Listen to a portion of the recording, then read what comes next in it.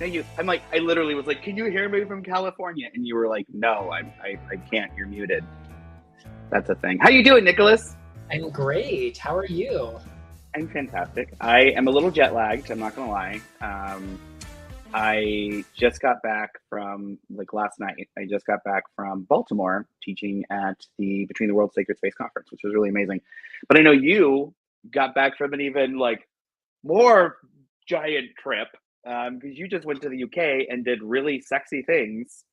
As a crystal person, I thought they were sexy over there. So what were you doing over on the other side of the pond, as they say? Quite a lot. So we've been back a week now, and I feel like I'm still kind of like taking inventory of everything that happened. So, for about a week, we were normal tourists. My husband and I went over and got to like go see things. Of course, my version of being a normal tourist is probably not other people's. Like we went to go see rocks and flowers, also some buildings which are made out of rocks and Okay, surrounded but by these are rocks. the things that I would do, and therefore I am terribly interested in. I suspect our watchers do as well. So tell me more. I want to know all the things. What was the coolest thing that you did from like a nerdy rock perspective? What was the coolest thing that you did? Well, I finally got inside Stonehenge. So, I've been up to the outside. I've been around the stones, but I finally went in the stones, which was really great. That's a really fantastic experience. But I love West Kennet Long Barrow. My dear Mm. friends Dan and Karen hosted an event several years back, and I went with them. And this was kind of like a thing I was unprepared for. We just stopped on our way to Stonehenge, and I'm thinking, it's a detour, but it is like the most magical site. It's this Neolithic burial mound, constructed mostly of flint and chalk in the mound bit of it, but it's got these Hmm. massive boulders of sarsen, a type of like heavily silicified sandstone. The big Yeah. rocks at Stonehenge are also made out of sarsen, so that's something that I've got a special fondness for. I'm wearing it on my wrist right now, but the whole thing was Arson. That's interesting. Okay. So it's like flint and you said chalk, so it's like super soft like material and then sarsen. So is that from that area or was it brought in? It's from the area. Yeah, so it's all from the area. This is one that's made entirely from like local rocks. And I say local rocks, but sarsen has this kind of weird geological history. It's not from there, but it's found there. So it's what we Hmm. call a glacial erratic. Erratic doesn't imply its behavior. It implies that it doesn't match the underlying lithology. The stuff it's made from isn't native to that area, but was deposited by the movement of glaciers eons upon eons ago. And Mm. even the word sarsen is a corruption of the word Saracen, which Hmm. has other meanings, but takes on the connotation of stranger. In other words, it's a Hmm. stranger to this landscape, but has been there for so long that nobody in living history, nobody in non-living history can remember a time when there wasn't sarsen in the area. But it's Hmm. almost pure quartz. Usually, sandstones have bits of other stuff in there, and of course, this has traces of other things, but much lower than others, and it's pretty darn durable. But it's got that really nice kind of resonant quartzy energy. So the entrance to the Long Barrow is currently surrounded by these massive sarsens, and you kind of move between them to get inside. And they've done some work to put in a new ceiling with concrete and a couple skylights so you don't like fumble in the dark. And it's just open around the clock. You can just walk up to it, which is not the case of many of the Neolithic monuments like Stonehenge, for example. So the Long Barrow is this incredible thing, and we had the most magical experience there.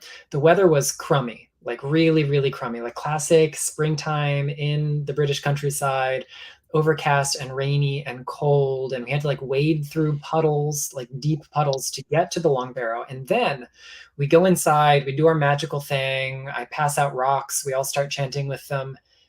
And when we come out, there's not just sunshine, there's the most magnificent rainbow right Hmm. over us in the direction of the next biggest monument called Silbury Hill. So we had to walk in that direction to go back to the van.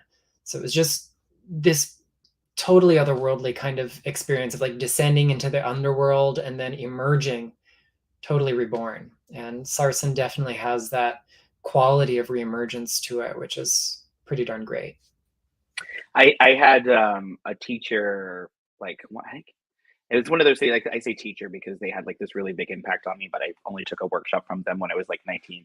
But I had this, so I had this teacher, and she had a sarsen wand that she cast a circle with, and it was like I referred to it as parting the mists of Avalon. Like that was the vibe that the crystal was like putting out, and I was in. So I love what you're saying. I think that would be incredible. So you were just like walking around, and there was like sarsen in the earth, and there's these things, these tombs. You said there were tombs or burial mounds that were. So West Kent at Long Barrow is a Mhm. Wessex style burial mound, and it is massive, just completely massive. 5 chambers inside. They're relatively small chambers, but we got our group of 14 inside, no problem. So we all went into the deepest chamber because it's like a narrow path with 4 branches that come off to 4 little rooms, if you will, or 4 alcoves, and then one central branch at the very end. So we all kind of crammed into there, surrounded by the resonance of flint and chalk and turf, because it's grown over with green stuff. Yeah. And then you've got right at the entrance these enormous sarsens that are like sentinels that guard the entryway. At one point in the history, they would have sealed it, but for hundreds, if not well over 1,000 years, it wasn't the kind of place that was sealed off, but people continually came and went to deposit bones and reclaim bones as part of their ongoing daily life, because daily life and spiritual life were not separate things back then. Right. Right.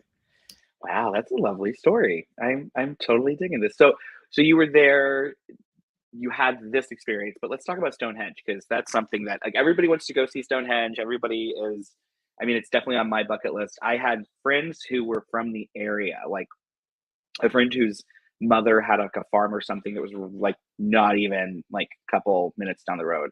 And so they had all these really beautiful stories about growing up really locally to it.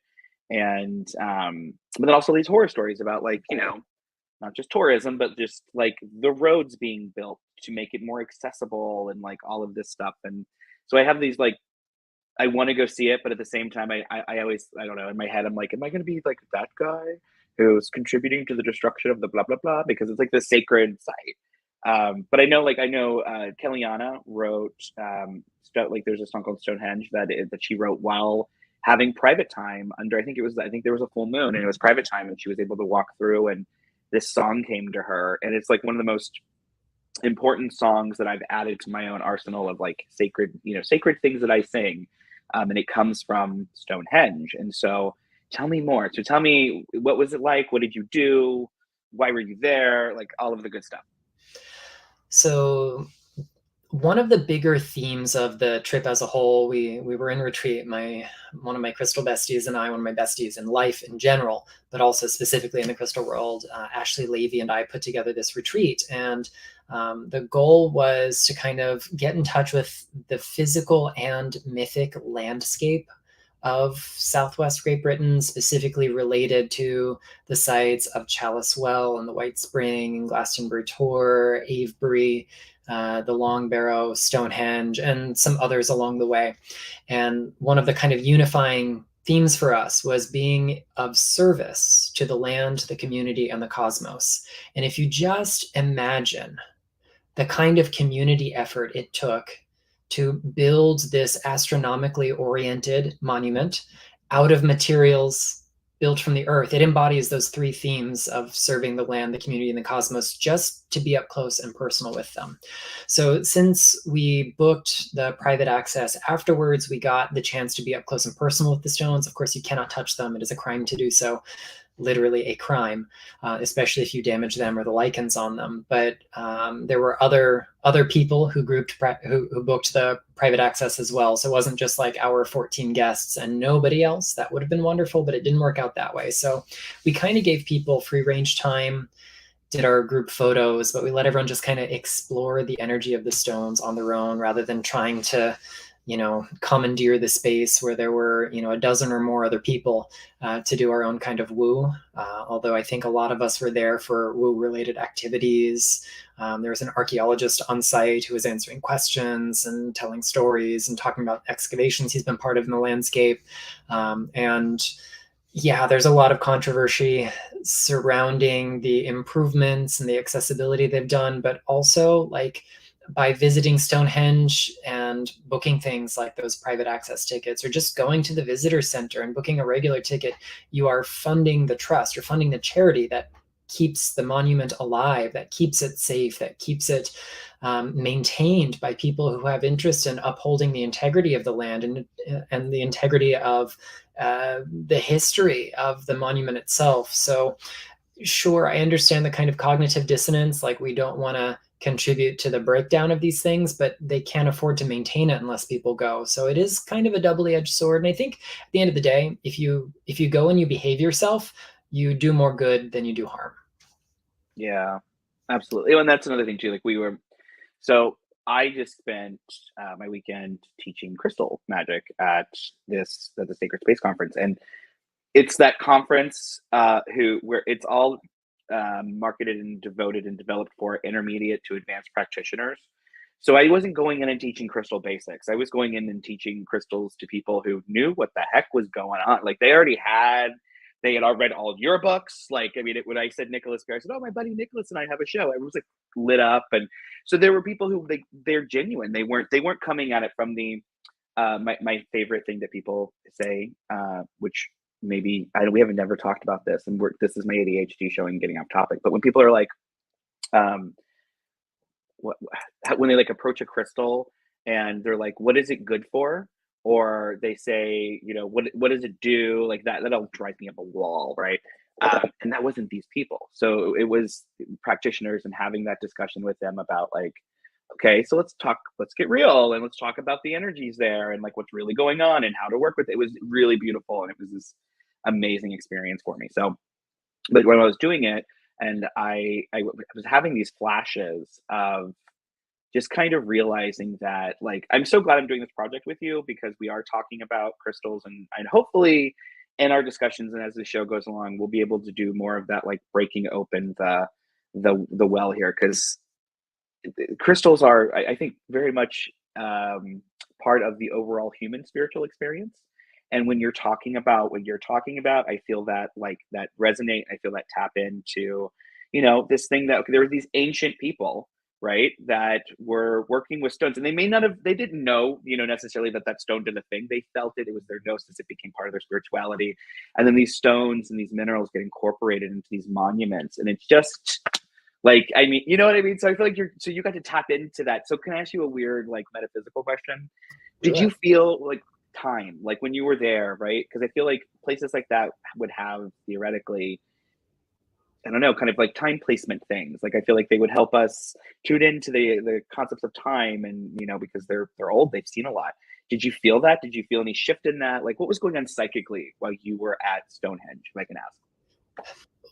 If I can be like maybe a little too transparent, while I was actually at Stonehenge, 50% of my job was like wrangling cats to make sure we got to the places we needed to be at. And that's the challenge of leading a retreat and doing that kind of thing. So at any given moment while we were there, part of my brain was devoted to like the really mundane stuff. And that was not true of some of the other sacred sites where it was just us and we got to do whatever we wanted on our own time. But I did kind of break away from the group because we got about an hour to ourselves once all the rest of the stuff was taken care of.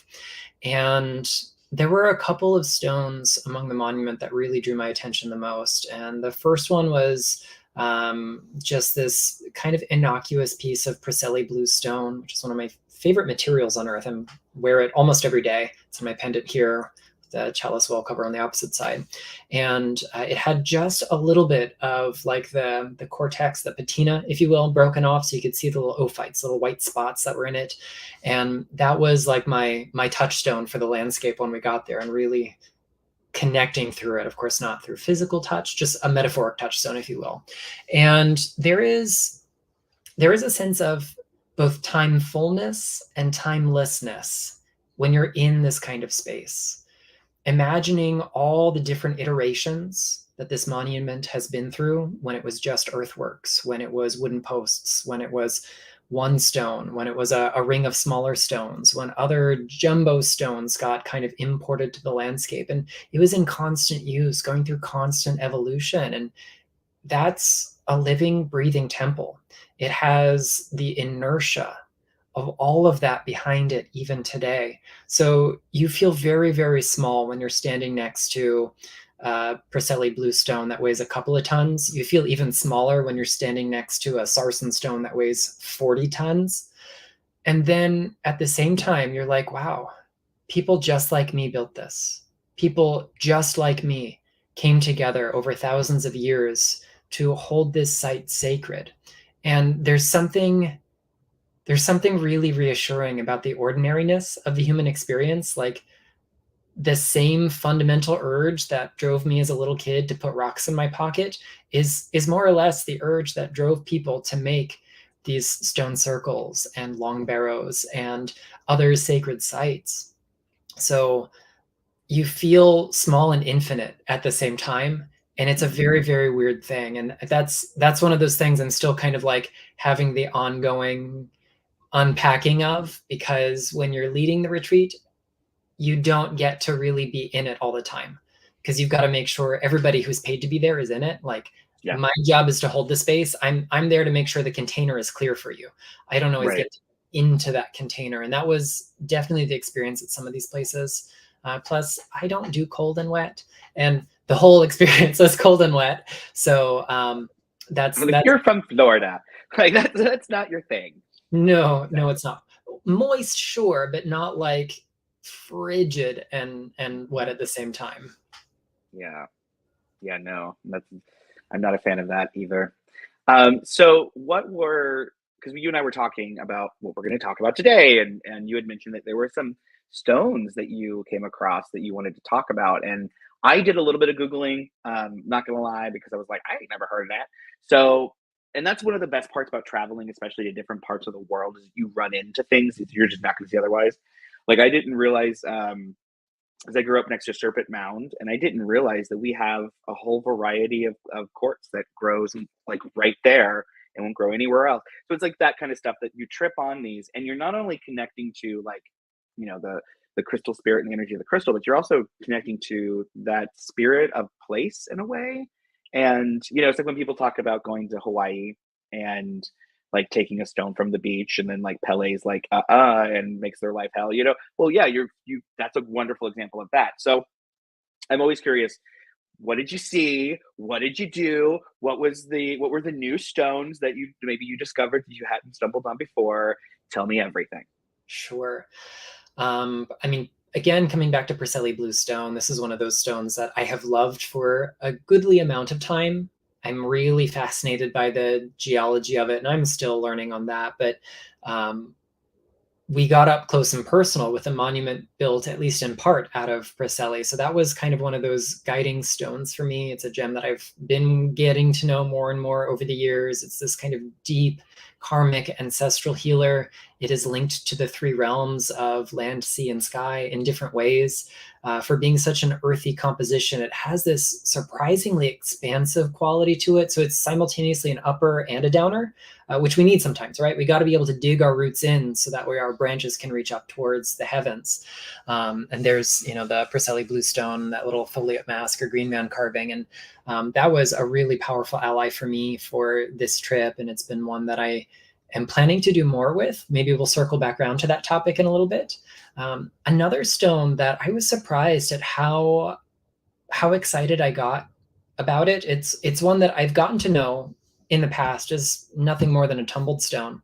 And I actually didn't understand the geology of it because I trusted what I read on the internet and in books. And sometimes we shouldn't do that. So this is a material that comes from Cornwall, and it's called luxellianite. Sometimes it's misspelled as luxurianite, which actually is because it got translated into languages like Japanese and then back into English. That's a whole thing. But luxellianite is named after a little village in Cornwall called Luxellian. And it is a kind of granite that has undergone a strange transformation through hydrothermal processes. So not like normal metamorphosis where it's like being squeezed or being changed by contact metamorphism from radiant heat, from intrusive rocks, nothing at all like that. So fluids rich in boron, iron, and probably some other stuff start flowing and percolating through this granite. And it creates a process we call tourmalinization, wherein the feldspars in it interact with the boron-rich fluid and exchange some ingredients and slowly convert to tourmaline. Now, it almost always converts to black tourmaline because the fluids are also iron-rich, and that's going to give us black tourmaline or schorl. So I learned the geology of this while visiting Oxford, because they have a great Museum of Natural History right there at the Oxford University campus. And parts of the building, the entire stonework in the building itself, is a tribute to the geology and lithology of the British Isles. So there are these beautiful decorative columns inside, all made out of different rocks that come from the area. And they had a surprising variety of Cornish ones. Serpentines are really famous from Cornwall, but they had these granites in various states of tourmalinization, from partially tourmalinized, what we usually think of as luxulionite, to completely tourmalinized. All of the feldspar has been replaced by black tourmaline. So it's little bits of quartz in a rock that's almost entirely black tourmaline. So we think about the transformation that comes from the solid and the liquid, from the crystalline and the aqueous. And it seems like this very powerful alchemical ally. It's the principles of solve et coagula, of dissolving and congealing, of breaking apart and recrystallizing, incarnate in this rock. And the fact that it's also found so close to one of the most important ley lines that runs through the landscape. Mm-hmm. Yes. Like, talk about the ley line. Yeah, I have a witch boner right now, by the way. You're talking about this. And that is, you also just described the process of tourmalination in a way that, like, I think more smoothly than I've ever heard it explained before. So thanks for that, because that took me a second to understand when I first was, getting into geology. So let's talk about the ley lines, because ley lines are a thing. And I also wanted to talk about the ley lines. Maybe, did you feel ley lines when you were at Stonehenge? Like, did you feel that? You feel Stonehenge. I don't know that I tuned into its the many, many, many layers that contribute to that, because there are a lot. There's the henge, the earthworks that surround it. There's, the inertia of tradition, as Raven Grimace used to put it, the energy that accretes through constant use. There's the energy of the stones they used to make it, the stones of the landscape, the genius loci. So I didn't necessarily particularly tune into the ley line that runs specifically through it while there, but that same ley line runs through a lot of the other places that we visited. So I did feel that current, maybe in other places where it's a little less noisy, energetically speaking. Catch my drift? Was that ley line part of what made, you were just talking about the tourmalination, was that part of the same ley line, or was that something else? Or, like, this is super exciting. This is cool witch stuff. Yeah. So this particular granite, called luxulionite, is found a short drive away from the major ley line that runs from St. Michael of the Mount off of the coast. There's a holy site off of the coast of Cornwall, off of the peninsula there, and it kind of runs diagonally through Great Britain and ends, I want to say maybe in like the Norfolk or the Yorkshire area, somewhere around there. But it cuts through places that include Glastonbury Tor, Chalice Well, Stonehenge, Avebury, and more sites than I could probably name. And in the 80s, there were a couple of professional dowsers, Paul Broadhurst and Hamish Miller, who started dowsing this line, which had already been written out about. And they realized that it wasn't a single line. There's that straight track that runs through, but there are also these lines that crisscross it, which are sometimes referred to as the serpent lines, the dragon lines. And there are these two that kind of create a helix that crosses back and forth. Think of like a caduceus. And they're variously referred to as the Michael and Mary lines. One of them often goes through churches and other sites associated with St. Michael and even St. George. They're both dragon slayers.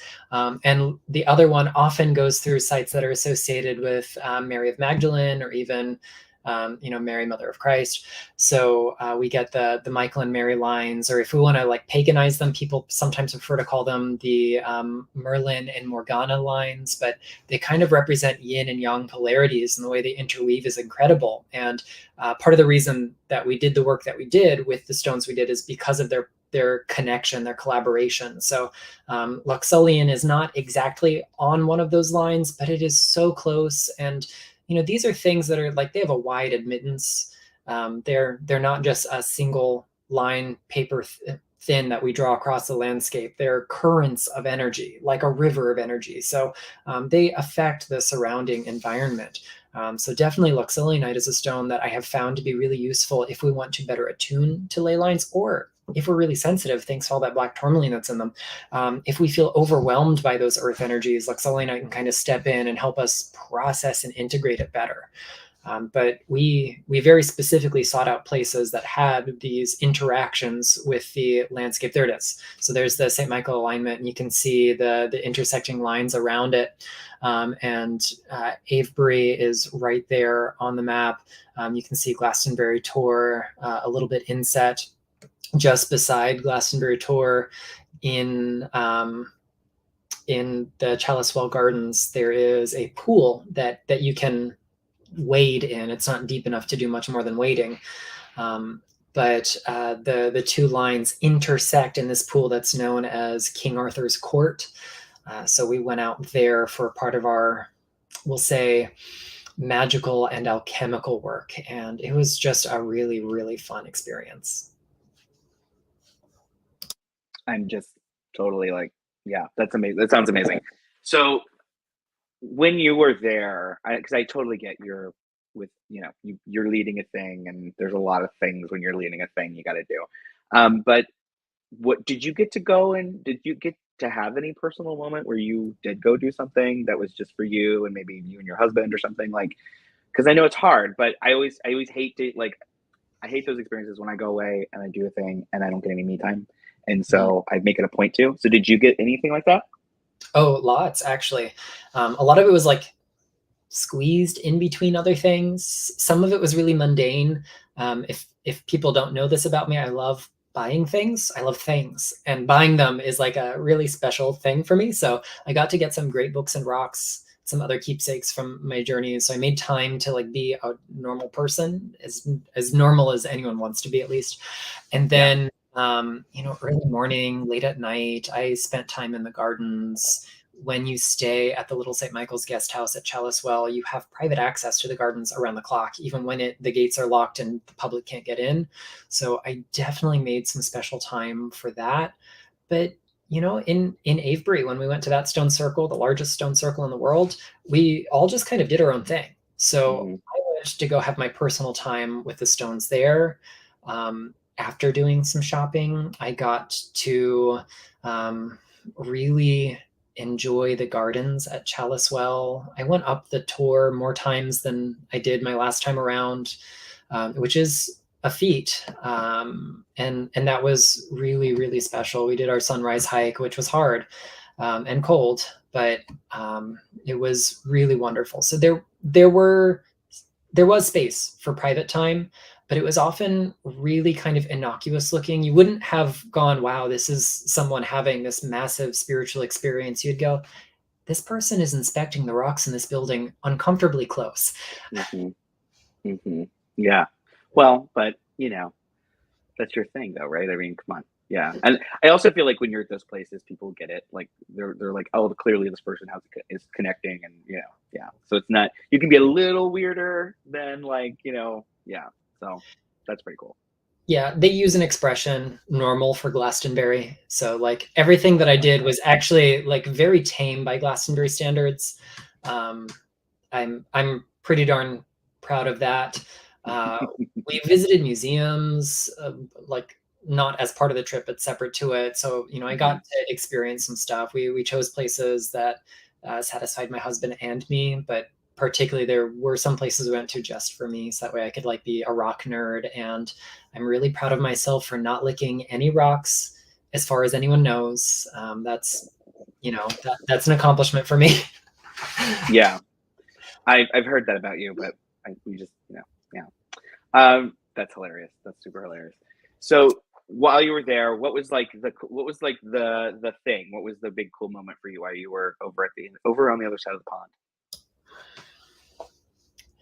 I think, as boring as it sounds, it was when everybody went home, when the retreat formally ended, everyone collected their bags, and we could collectively breathe a sigh of relief. Um, my co-host, co-facilitator, and I, Ashley, my husband, who we hired as the photographer for the retreat, her the essentially people wrangler, and our chef, we could all just kind of like, as the staff, take this deep sigh of relief and go, we did this. This was magic. People had these magical experiences, and you could palpably feel that work had been done, even on the subtlest of levels. And just to be able to say, wow, this is possible. This happened. We did this. Yeah. Um, that Yeah. that was probably the moment. Also, selfishly, when that happened, we also got sunshine for the first time the entire time we were there in Glastonbury. So we got to go do this in the gardens, and Ashley and I just walked the gardens. It was open. There were people everywhere. So it wasn't like this, really surreal, quiet, private experience. It was like real life can be this magical. And it was also just nice to have sunshine, because you don't realize how much that affects you until you go away from a place that always has. Yeah. Yeah, totally. I know just from well, I moved to California and it's mostly sunny here. And when I leave, like I won't I love my mom, I love my family, but we had to have the conversation of I don't travel during winter because I can hate the snow and I hate just like being stuck and depressed, like because there's nothing to do. And when I was a kid, it was different, but now that I'm an adult, I'm just like, this is cold and wet, and yeah. So I feel that, and I miss my sunshine when it's not around. Yeah, when we left Oakland, it was sunny and warm, and then we got to Maryland, and it was overcast and really hot. And so the first day we were there, it was unseasonably warm, and it turned into a whole, shock to the system. And then it got really cold. So because I left Maryland, but I had a really good time. And teaching there was really fun. So have you been to Sacred Space Between the Worlds? Have you done that event before? Not yet. It's it's good. It was really good. I know I like went on Facebook and I did my whole tagging everybody I know. Thank you so much for you, because it was an amazing event. It was the first time that I got to not run a booth, so I didn't have to like schlep crystals around and try to sell crystals and all that good stuff. I got to just come and teach, and I got to like go to people's classes, and it was really great. So for the first time, I just got to be an author at one of these things. And Nicholas, you got to try it, man. It's pretty cool. Yeah, it's kind of amazing. So I got to go meet some really cool people. Got to meet readers. Got to meet people who had the book, like the most recent, the Crystal book, and were bringing it up and asking me questions about it. And it was really exciting. And it was, so many years since I got to see my readers, and so it was just really cool. But then also to understand that my readers really are not all just new people, right? That there were people who had really had considered my material deeply and had brought me like really well thought out questions, and so it was great. It was so exciting. And I got to see some really cool teachers. I got to see magic being done, and I got to participate in it, which usually, because of the way things go at these things, like I don't get to. That was really cool. So I'm still riding my buzz from the event, and I'm still jet lagged. I'm going to be jet lagged all week. Coming from the other coast back is like always a thing. But I'm totally in this really positive, because I realized I'm so isolated out here on the West Coast, because there's like, everyone's really clicky out here. And it's not like necessarily a bad thing. It's not like a mean clicky way. It's just all the groups are really insular. And I don't really get to see a lot of readers. I don't get to meet a lot of other witches per se until I leave the state. And then I run into them, and it's kind of amazing. And so that happened. And it was just so cool. And again, teaching, crystal magic to people who like crystals is way different from teaching crystal magic to people who were like, I can't feel this. So it's like a totally different thing. And it was really cool. So I loved it. I loved my trip. I'm still really tired. I literally just got back last night. I woke up this morning after 13 hours of being like completely zonked out because there was like no sleep. And yeah, so I'm still kind of buzzy from the event and jet lagged and all of the things. So But I feel it. And I'm so grateful that I did bring the crystals that I did bring. I had seraphonite on because I was like, I know I'm going to deal with some high vibe stuff, and I need some like, so I need some walls. I need some good, like, you know, and I need my spirits to be involved. And so I had my seraphonite on, and because, you know, we have the store stock, right? And so I'm going through, I've been purging a lot of stuff, putting it up on the website for sale. And I'm discovering things that I forgot that like I had purchased thinking this is for the shop. This is going to be in the case for a while. People are going to love it, but it's probably not going to be something that's going to sell very quickly because it's going to be pricier or whatever. And I like discover it. I'm like, oh no, you're staying with me. And so my collection has increased. I got new rings, like all of it. I just went shopping in my own store. It's kind of great. But because of that, I was able to like get some power pieces. So I have like my seraphonite that's just really beautiful that I bought thinking, you know, this is never going to sell because it's going to be too pricey, and it didn't. So that kind of worked out for me because now it's mine. You know, so I had that on, and I was wearing what was the other thing I was wearing? Pre-night, because there was some really beautiful tourmaline in the pre-night, and you know, I have a thing for tourmaline, as you know, but specifically pre-night because I wanted to open myself up to community more. And it's one of those stones that I feel like is soft, but it's not so soft that it can be like its vibration. It's not so soft that it doesn't like get work done, but it's also not so aggressive that it like moves through other things and damages, you know. So it's a pretty like, I like to work with pre-night for those reasons. I like psychically helps me level things out and create calmness and attunement. So I was wearing those things, and that was and then lots of silver and, you know, stuff like that. What did you wear on your trip while you were gone? Like, did you have any pieces? Because you said you were wearing your Bluestone, but like, what was your go-to pieces on this trip?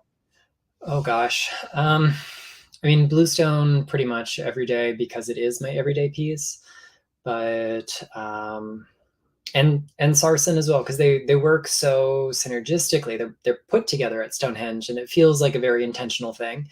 But there were a few others. I wore a lot of emerald on this trip. I co-taught a class about emerald and sapphire and their respective links to the landscape and the Holy Grail.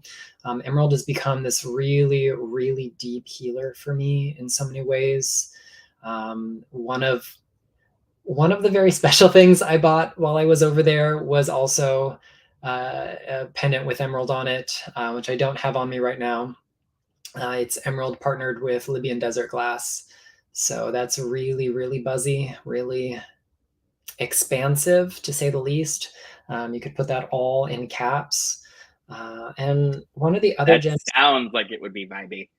Yeah. Yeah. It's like the gemmiest piece of Libyan desert glass for this size that I've probably ever seen.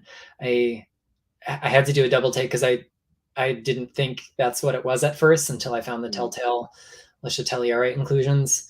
But you know, it was a lot of local stones that I did my everyday kind of work with. But I tried not to overburden myself with jewelry. I ended up taking more with me than I could wear because I got things while I was there.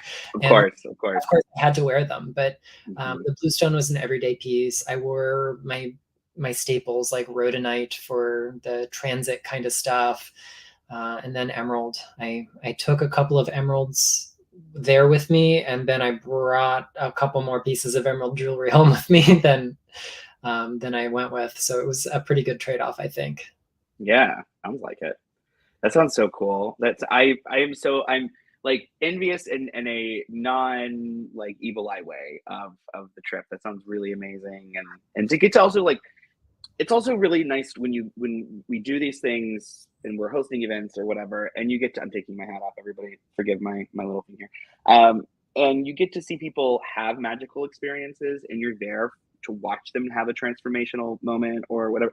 Like, that stuff is just, that's what it's all about, you know. Like, that's a beautiful thing. So I'm so glad you got to have those moments and share that with people who were there to really learn and to really have an experience. And that all that stuff really matters.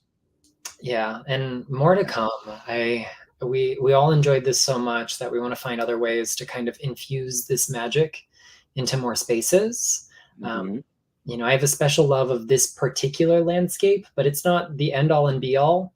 If I can like give everyone a spoiler alert. Like one of the major themes we explored on the trip is how, you know, the quest for the Grail, the hidden stone, the heel stone of Lucifer, whatever we want to refer to this like mythic gem as, like it's not someplace else. Mm-hmm. It's in your heart. It's in the ground right beneath your feet. It doesn't matter where you stand. So leading people very Grail mysteries. Yeah. Yeah. You know, to queer it a little, it's the ruby slippers. Like you had it all along. That's the magic right there. You didn't have to go someplace else, but you kind of did, because we sometimes need those acts of pilgrimage to appreciate what we're going back to. Ooh, I like that.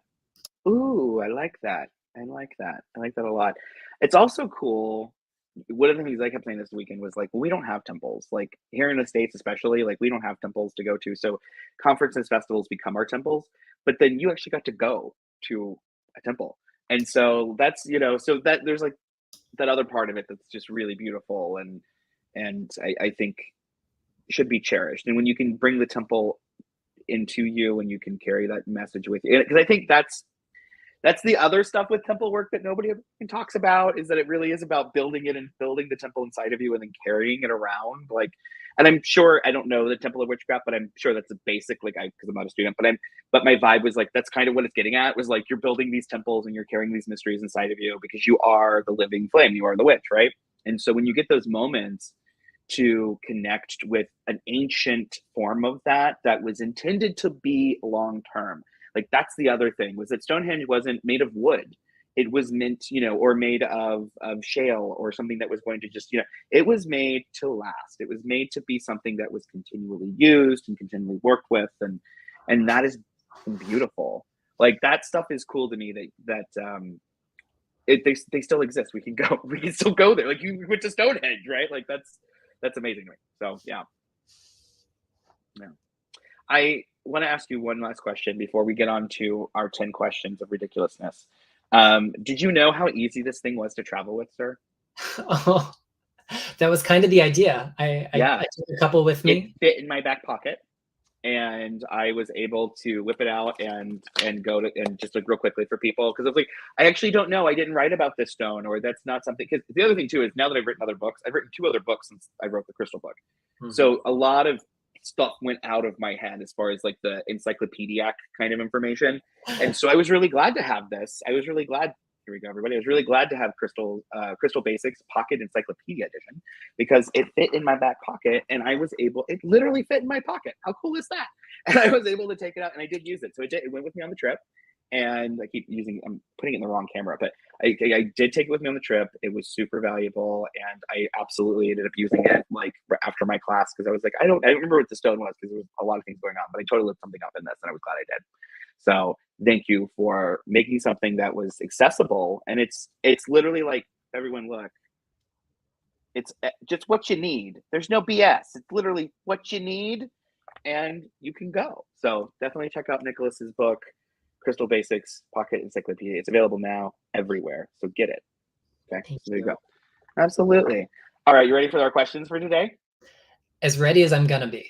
Okay, these aren't terrible, but I will say, so what we're gonna do is I'm gonna ask Nicholas 10 questions, and he's gonna prescribe a stone. They're not really questions, they're more like conditions. And he's gonna prescribe a stone to help with that condition. These aren't that bad, but we wanna know what you want. So below in the comments, no matter where you're at, before we do the next episode, I'll skim them and pull like the best ones out. But tell us, like, okay, so what do you want? What would you like Nicholas to prescribe a crystal for? All right, you ready, Nicholas? So these are today's 10, and they kind of, we're not too off from last time. I think some of them aren't, because you know, but yeah, let's see what he does. All right, so here we go. First one is a crystal that can help your birth control meds be more effective. I mean, copper. Oh, yep, that would do it. That would totally freaking do it. Okay, so carrying on. Protection from hangnails. Oh gosh, I would probably do something like Stay-A-Tite or Insta-Tite, something soft and silky. Okay. How about to enhance the female libido, or those who identify as female? There are lots of options. We're gonna go carnelian. Mm-hmm. I like that, and carnelian is accessible for like just about everybody.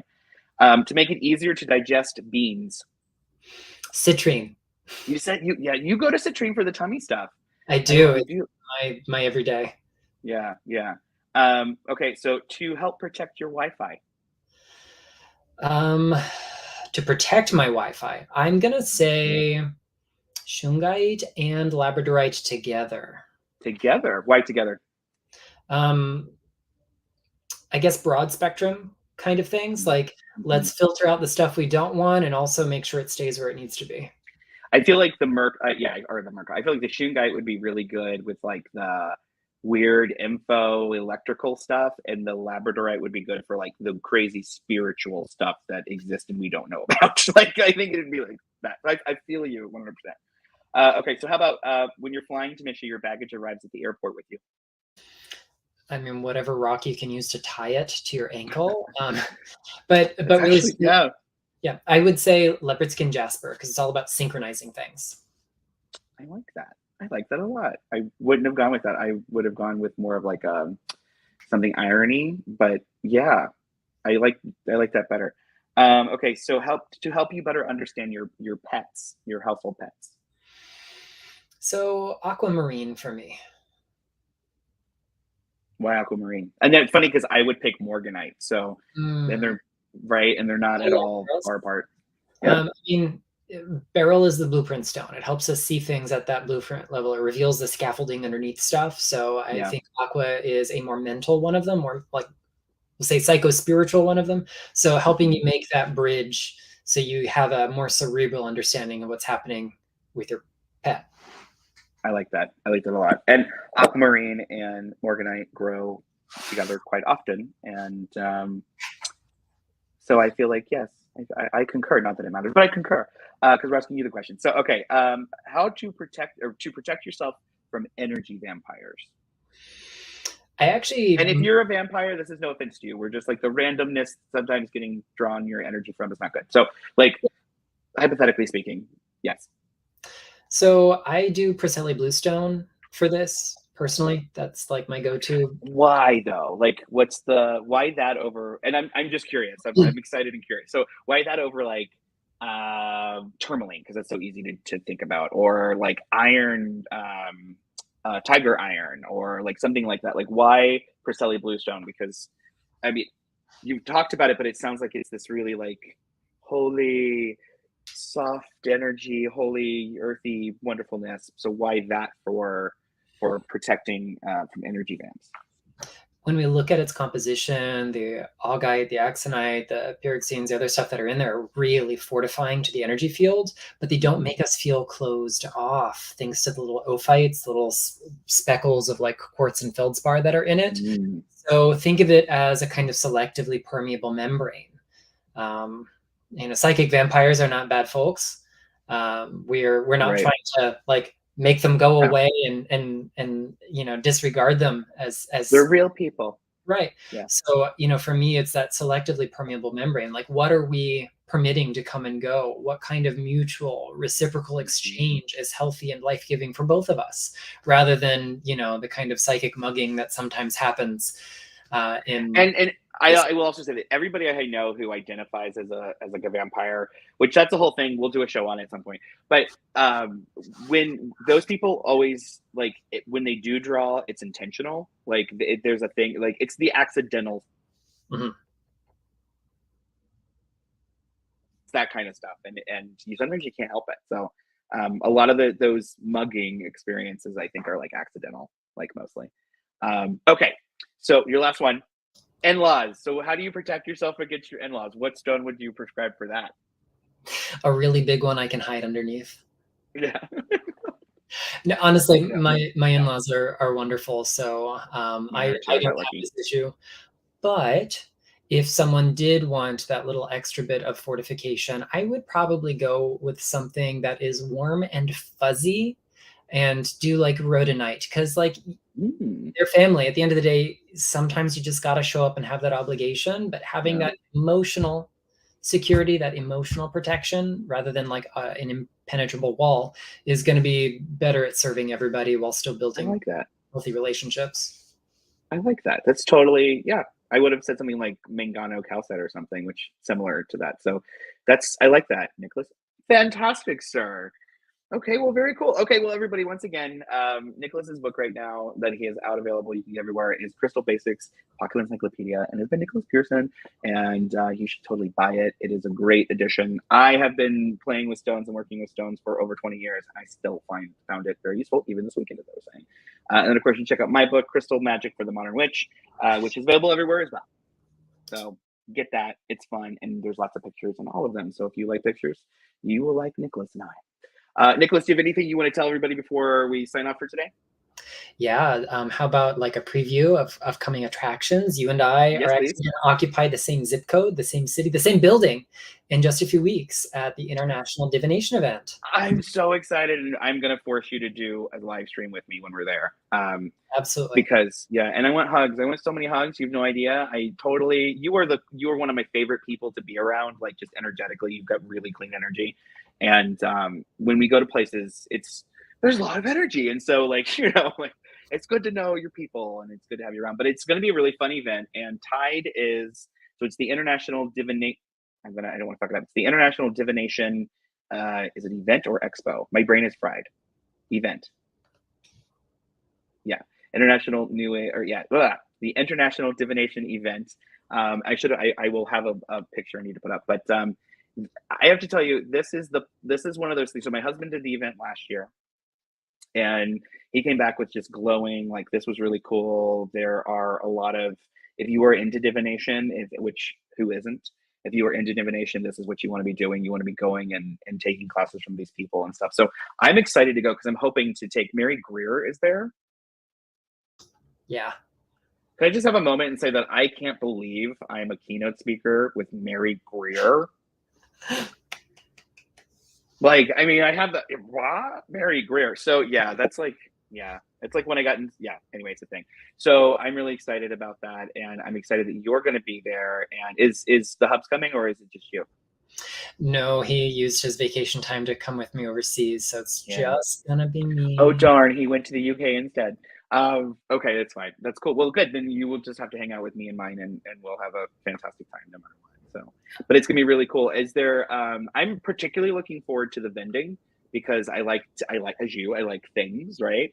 And I haven't. I know that the full schedule and stuff isn't quite up yet, but that's what I'm looking forward to the most. Do you have something that you're looking forward to? Honestly, it's going to be my first real event like this since the before times. So I'm mostly just looking forward to surviving. That sounds a little nihilistic, but small things are all I've done in public. And I haven't done that many of them. And like coming out of the sacred container of a retreat where it's just the same people for almost a week and that's it. Nobody else except where you have to play nicely with the world around you.